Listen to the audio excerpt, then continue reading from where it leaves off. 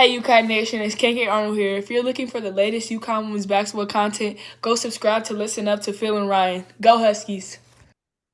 Thank you, KK. Phil and Ryan, listen up, Ryan. This is the official, and I mean official start to the breakdown roster that you and I promised everybody. First up on the list today is Sarah Strong, none other than Sarah Strong. Ryan, she came out of North Carolina. She attended Grace Christian School in Sanford, and she committed. I know you remember this. She committed to UConn on April 6th of this year and was the number one recruit in the 24 class. And I know that you remember I had to leave work early that day just because she took the jacket off and everybody yelled and celebrated so much that the actual UConn logo or the I don't know if it was a UConn logo behind them. No, it couldn't have been. But anyway, that whole screen behind him, Ryan, just fell right down, collapsed.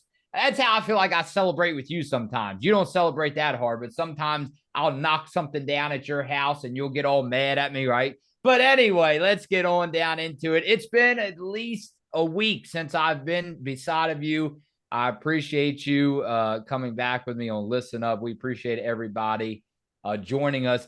As Ryan, we're almost the Great Frederick Fair in town, right? Frederick Fair, local fair that we have every September up here. But it's getting pretty close to October. And I know you're thinking about October baseball, but something more important, November is on the rise. UConn Huskies women's basketball is coming back quicker than ever, Ryan. So I'll turn it over to you on this Thursday afternoon and your thoughts about Sarah Strong.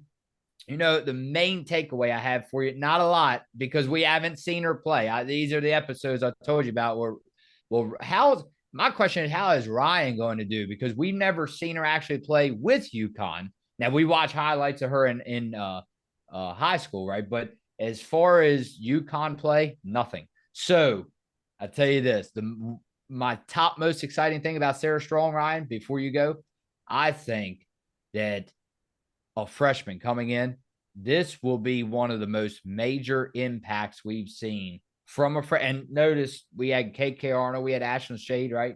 But I think this will be one of the most impactful seasons from a UConn woman coming in to a new season. I think, and you know what? I think this freshman Sarah Strong has to have a big year for them to really have a strong chance at that goal in March/April.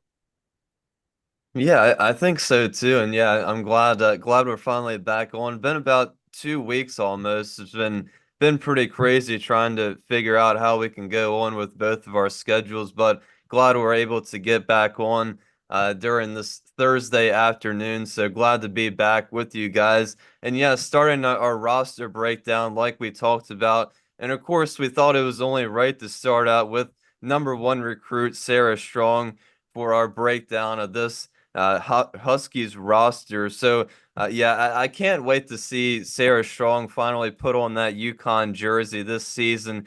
Had to wait quite a while, like you mentioned, all the way until April when Strong finally announced she was committing to UConn over her hometown schools of Duke and North Carolina. And I'm so glad she did because I think she can really make an immediate impact and perhaps even start right away for this team. Of course, Sarah Strong actually grew up in Spain. Her first impression of basketball came from her mother, Alliston Feaster, who got drafted by the Sparks in '98, went on to become a WNBA All-Star, and also played overseas in France and other countries. And Strong says she remembers going to her mom's practices, watching her hustle, and always bringing the energy. And Strong also said she watched Maya Moore, her favorite player, and Brianna Stewart, and says UConn always felt like a dream school for her. And Sarah Strong being listed at 6'2", a good ball handler, scoring threat, can also work the post a little bit. So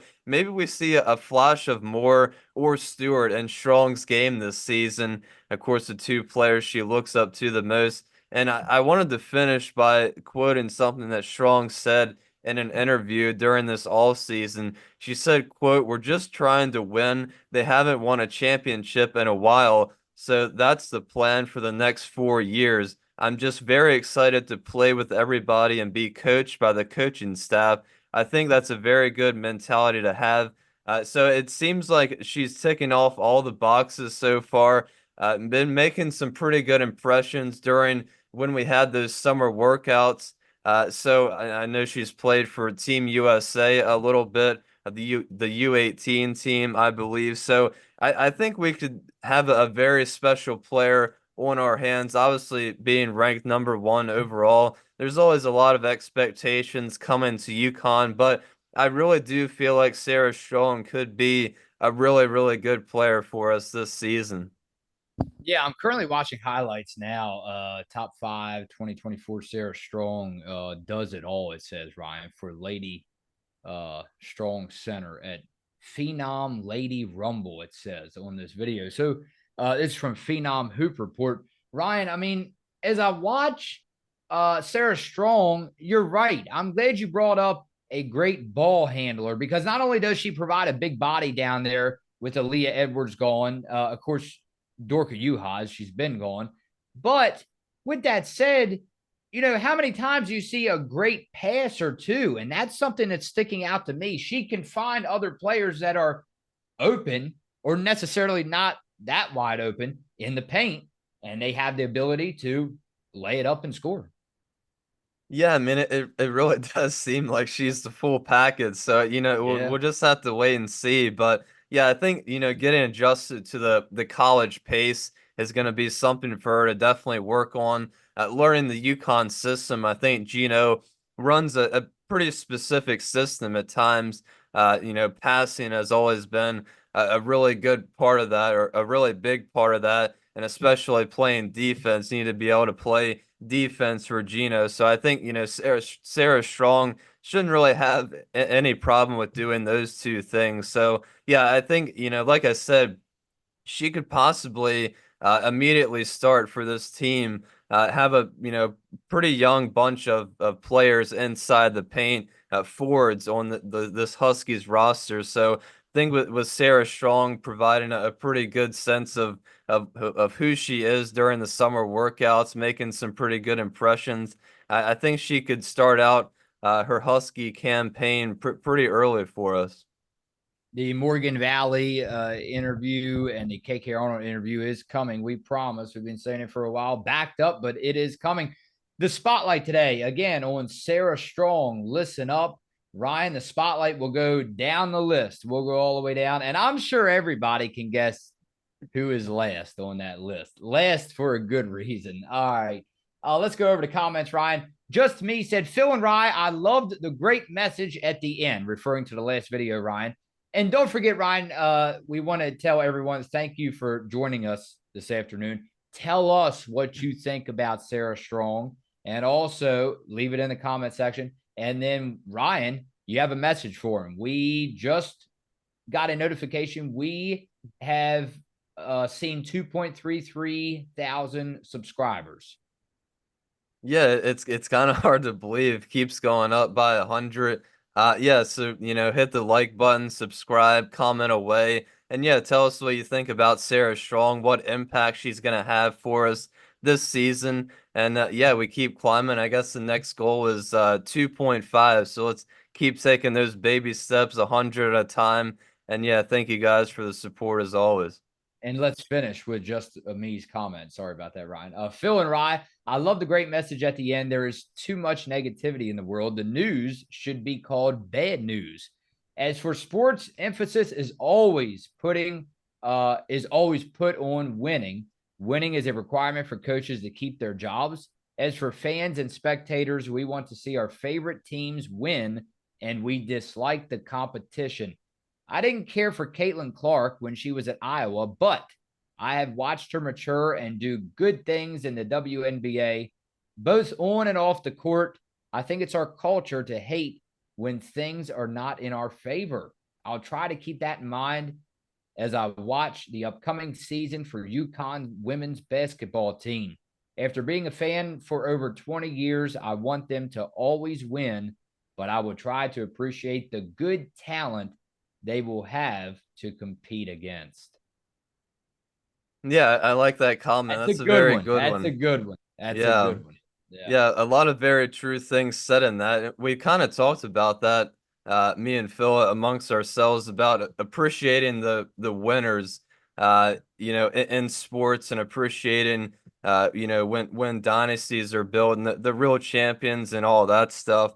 And that can be compared to UConn as well and what Gino has built here. I know, usually if you're not probably not a lot of fans that don't support UConn and other women's basketball teams. You probably hate UConn. If you don't love them, you probably hate them. But yeah, I mean that comes with a lot of winning, of course.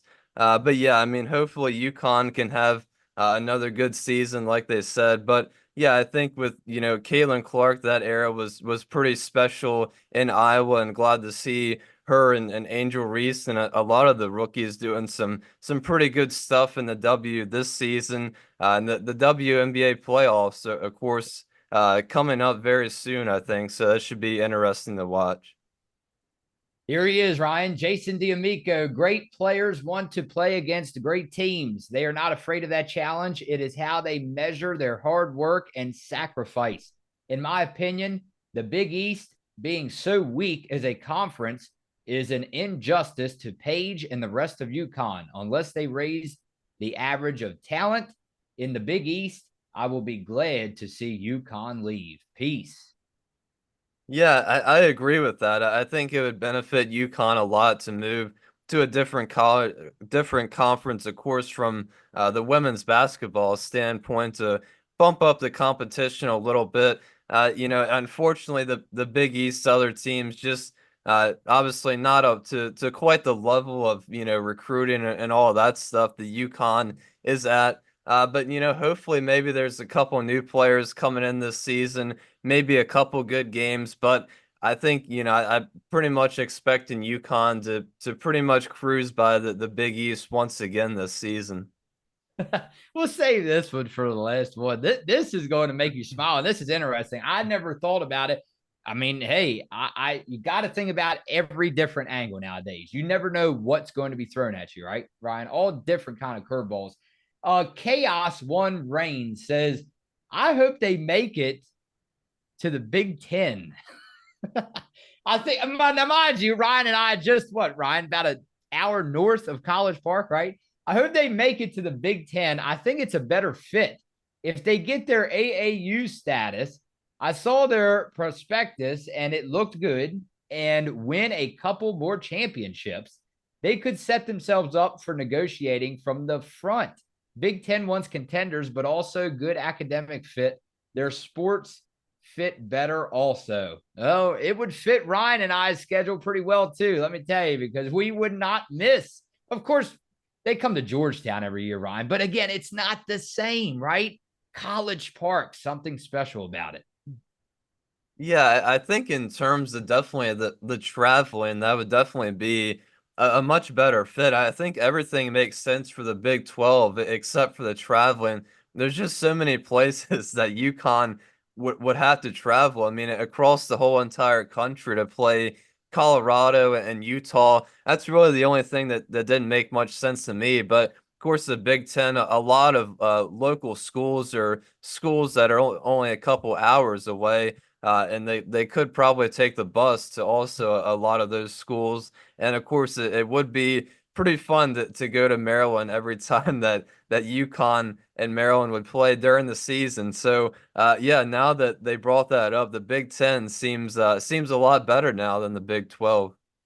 All right, join us for the next episode right here on Listen Up. Ryan has the list. I do not. So, Ryan, either you want to break it to him or you don't. I'm just kidding. Don't break it to him. And we will have the second player breakdown of the 2024-25 roster right here on Listen Up.